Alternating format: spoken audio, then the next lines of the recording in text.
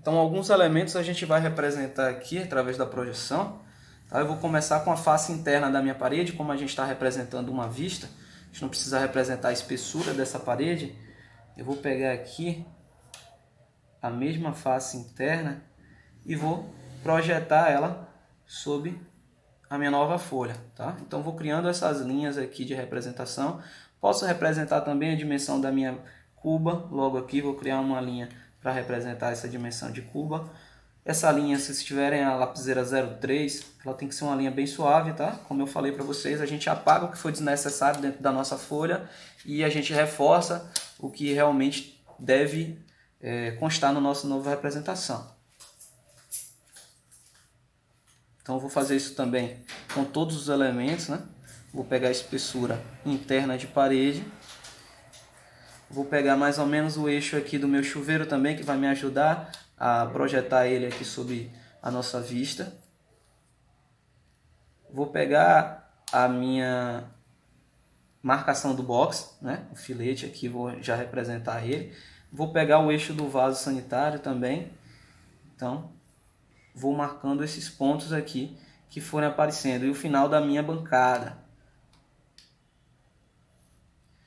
E aí eu estendo essas linhas, a depender se o esquadro de vocês conseguir marcar de cima a baixo, tá? Mas eu já tenho as minhas referências aqui.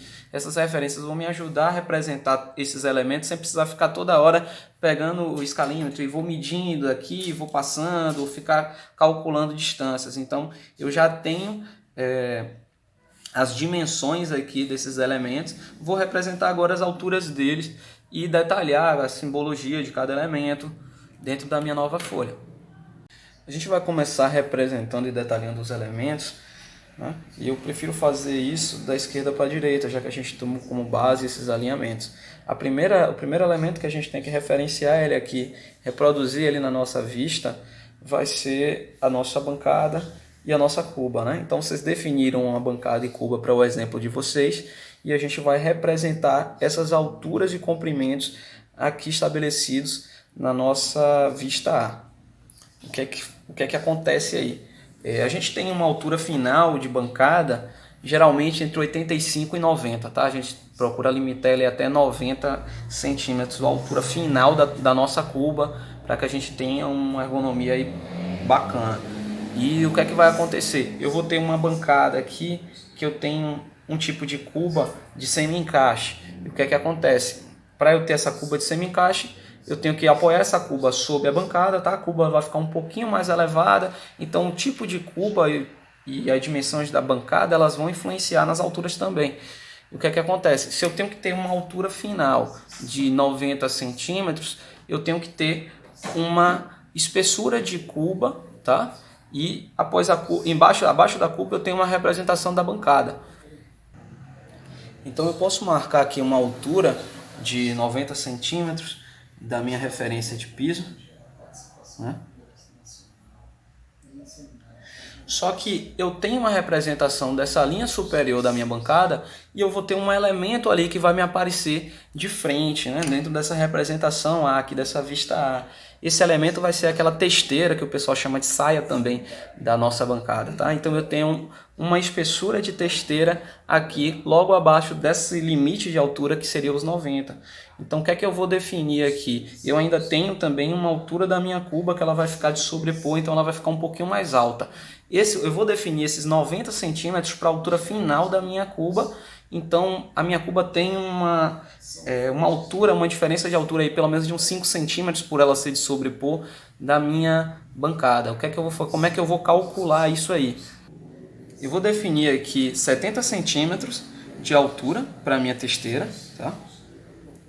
Então eu marco aqui os 70 centímetros. Eu vou definir mais 15 centímetros da altura dessa testeira e vou deixar mais 5 centímetros para a altura da minha bancada, da minha cuba final, tá? Então a altura da minha bancada ela vai ter 85 centímetros e aí quando eu somar com a saliência que a minha cuba tem sobre essa bancada de 5 centímetros de altura, a diferença de 5 centímetros, ela vai já formar os 90 centímetros finais. Como é que eu faço isso? Eu já marquei aqui e agora a gente vai fazer a representação dessas linhas na horizontal.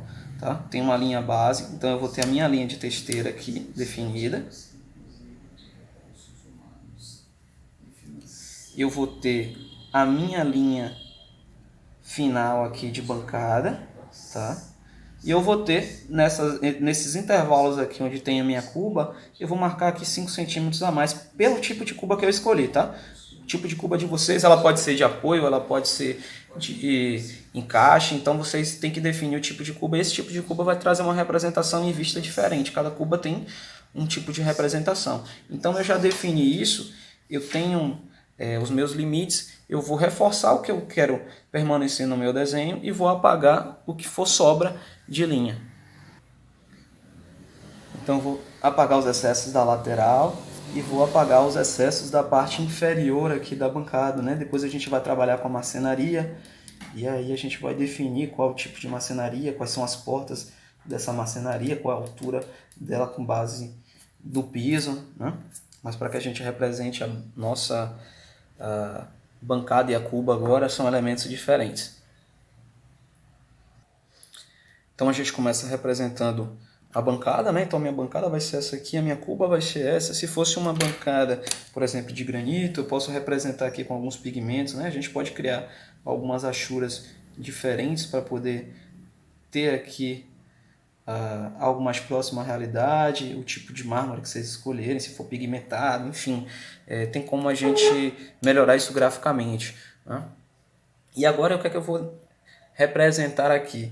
Eu vou ter o mesmo eixo, né? Então eu tenho definido aqui o meu eixo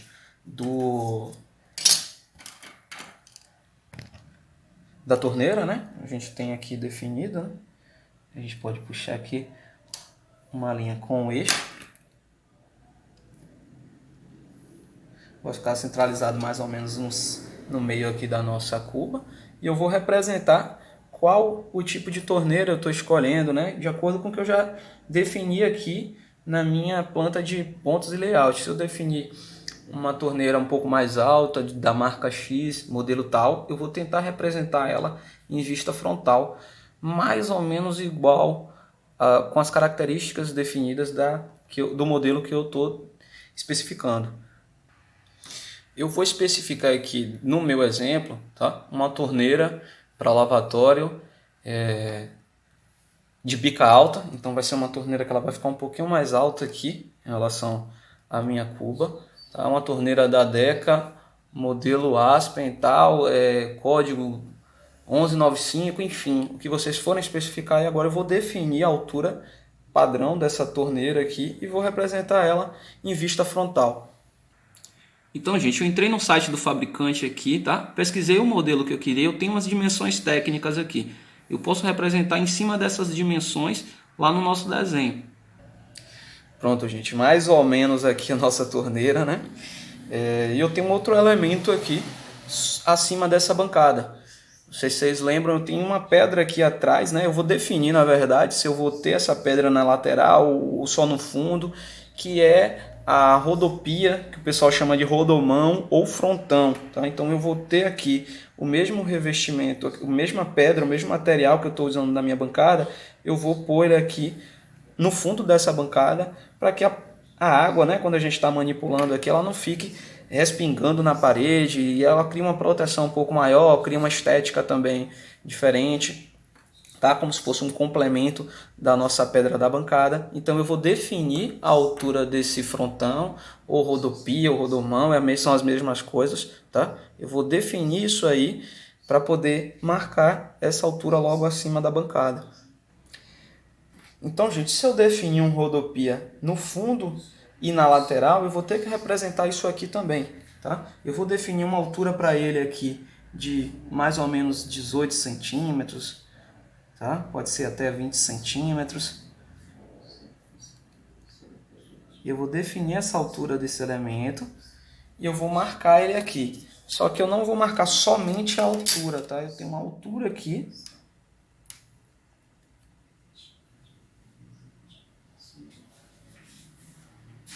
Que vai até o meu alinhamento da bancada. Lembrando que todos os elementos que aparecem mais próximo do observador, eles vão ter uma representação de hierarquia de linha mais grossa, e os elementos que estão mais no fundo, eles têm uma representação em hierarquia de linha mais fina, tá? Mais suave.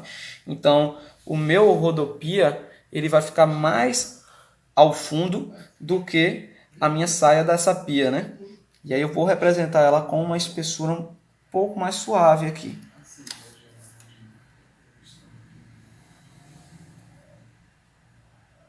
Então esse elemento ele aparece aqui, só que eu defini ele no fundo e defini na lateral. Ele é uma pedra, né? Essa pedra de mármore que eu tinha definido aqui, ela vai ter uma espessura.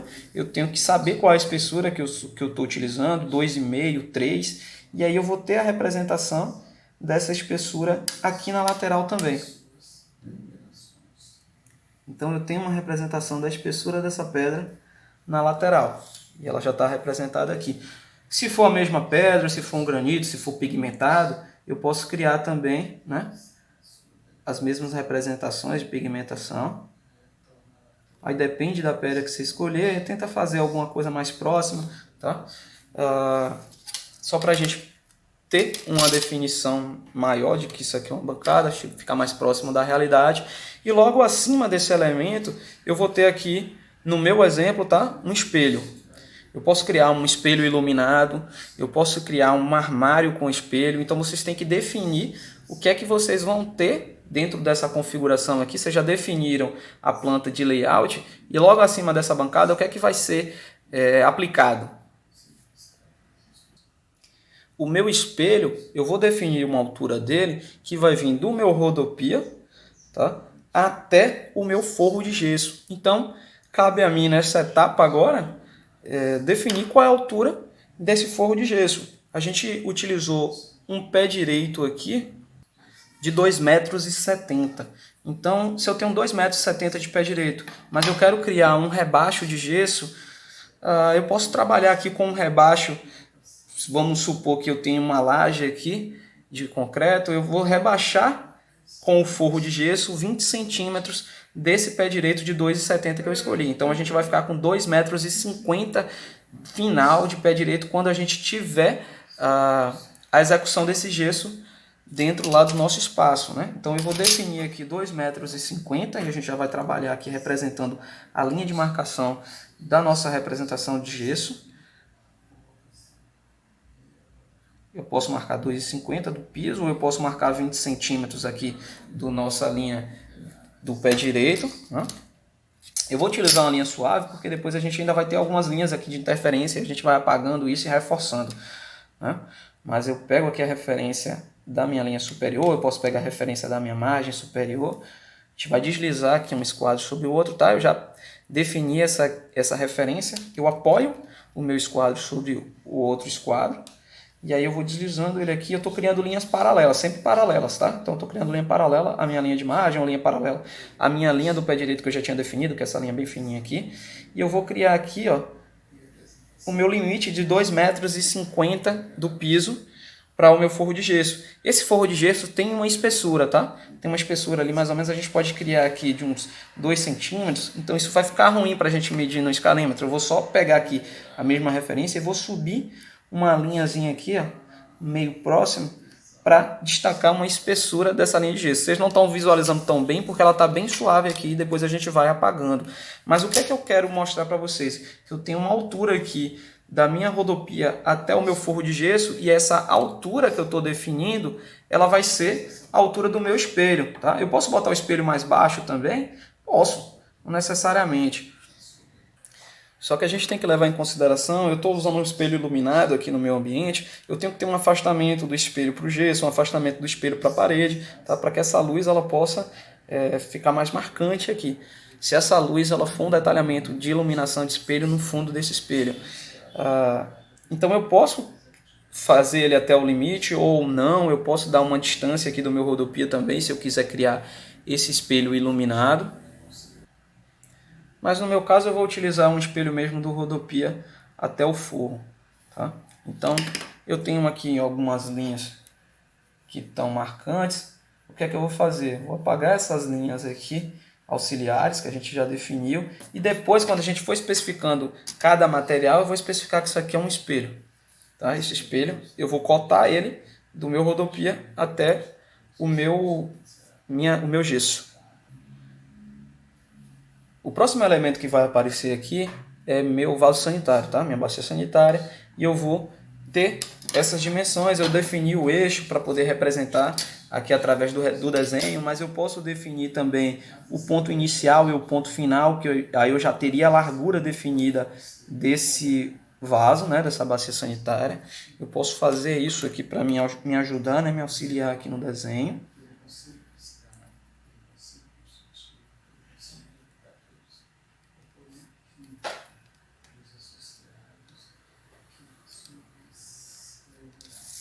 Então eu tenho um espaço de representação, eu posso passar para vocês alguns modelos em vista frontal, né? Quando a gente trabalha lá no AutoCAD, a gente já tem um bloco pronto disso aí, mas como a gente está fazendo à mão, a gente vai ter que representar como seria esse vaso sanitário visto de frente. Então, se vocês tiverem alguma dúvida, dá uma olhada no banheiro de vocês, como é que é esse vaso visto de frente, de forma ortogonal, tá? Entrem novamente lá no site do fabricante para vocês terem a dimensão de altura, a dimensão de largura do vaso que vocês estão especificando. Eu vou representar aqui o modelo que eu defini, tá? Então, como é que seria esse modelo com a caixa acoplada aqui ao meu vaso? Como é que seria isso em vista frontal?